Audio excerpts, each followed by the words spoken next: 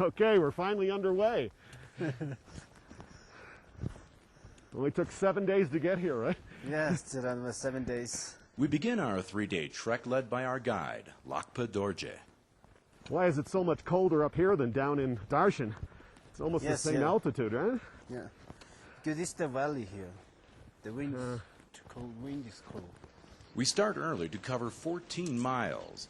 The trail is seductive, wandering past imposing canyon walls in their gorgeous sunrise colors.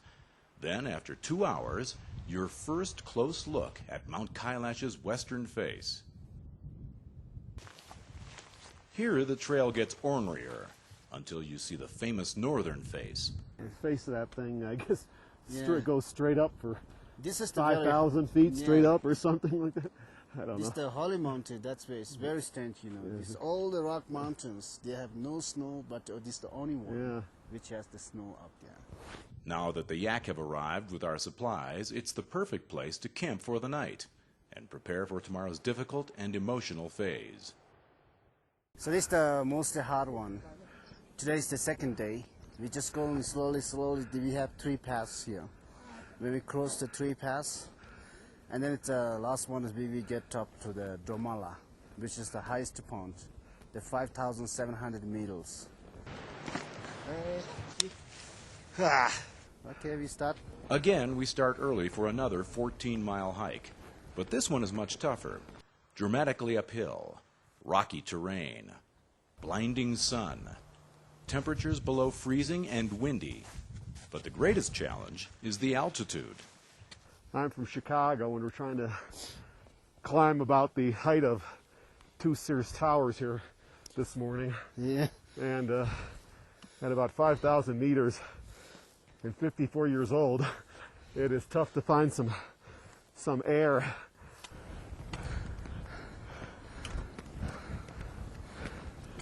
You climb to more than 18,000 feet. You gasp for air. Your head starts to ache. I'm a seeker, and I'm seeking oxygen right now.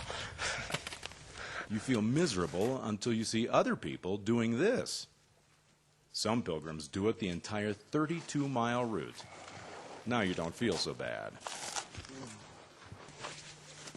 After 5 hours, we reach our goal, Doma La Pass, the closest anyone is allowed to get to Mount Kailash.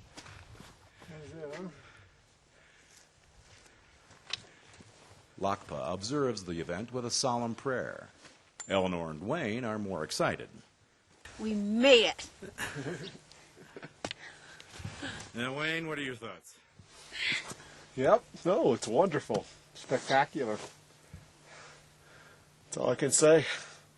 Sadly, Mount Kailash is obscured by clouds. And ironically, we celebrate by throwing prayer notes, a customary display of hope for the end of human suffering. But the celebration is short, and the suffering continues on the treacherous descent. It takes 5 grueling hours to reach our next campsite. We feel lucky the weather and our bodies have held up the first 2 days.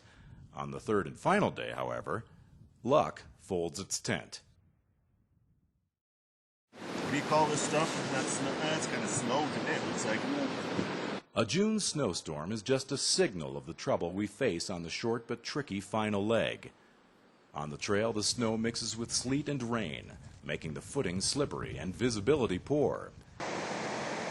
When we reach the beautiful but dangerous canyon known as Trangzur Trangmar, even the yaks are afraid to proceed.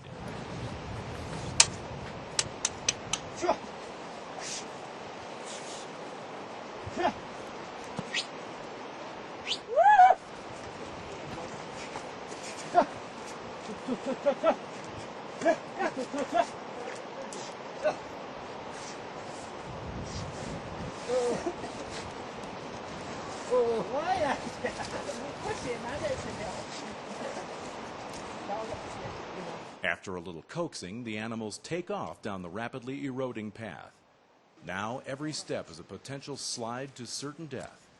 But we all make it through safely. Soaked, sore, but satisfied, we march toward the finish line.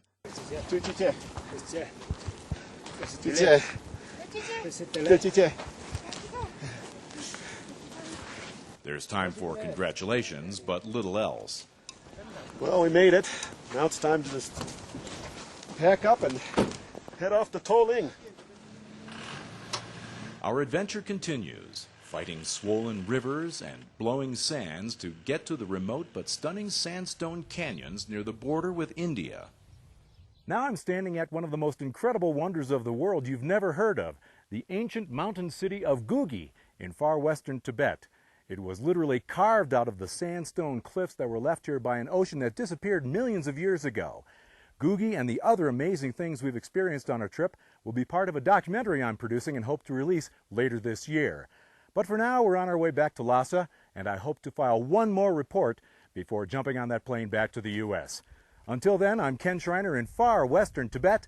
Thanks for clicking, thanks to those of you who have subscribed to my feed, and see you next time on The Landscape.